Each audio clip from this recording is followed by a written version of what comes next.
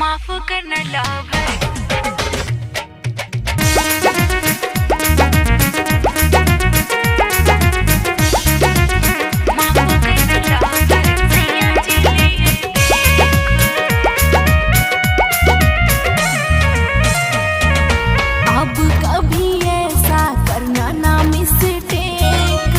Call किए रहला सैया जी लिए देख,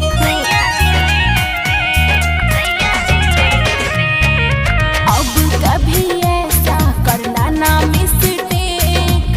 कॉल किए रहला सैया जी लिए देख, जवानी में हमसे थोड़ा नादानी हो गई, जवानी में हमसे थोड़ा नादानी हो गई।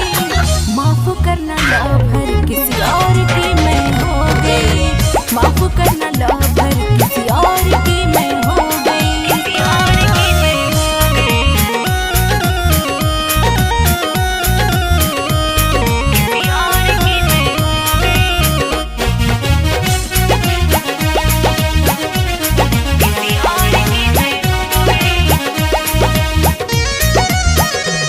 किसी और की मैं हो गई। कबो हम तोहरा ही साथ है, नियरे नइखे मगर दिलवा के पास है, दिलवा के पास है, दिलवा के पास है।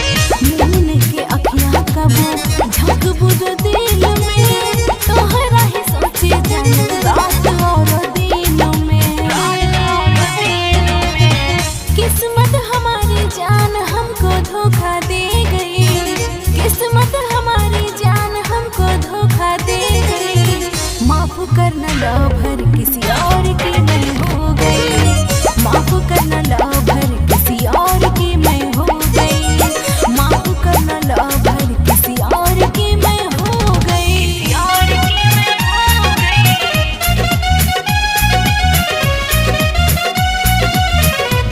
किसी और की मैं हो गई।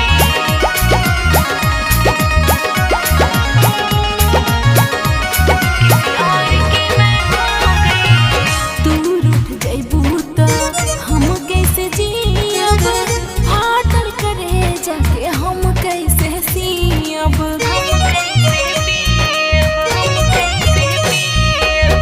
तू ही तो हमारा सोना के सुराही, तू ही फूट जइबो बनिया हम कैसे पियब, हम कैसे पियब। पता ही न चला सीधी कब उनमें खो गई, पता ही न चला सीधी कब उनमें खो गई। माफ करना लवर किसी और की मैं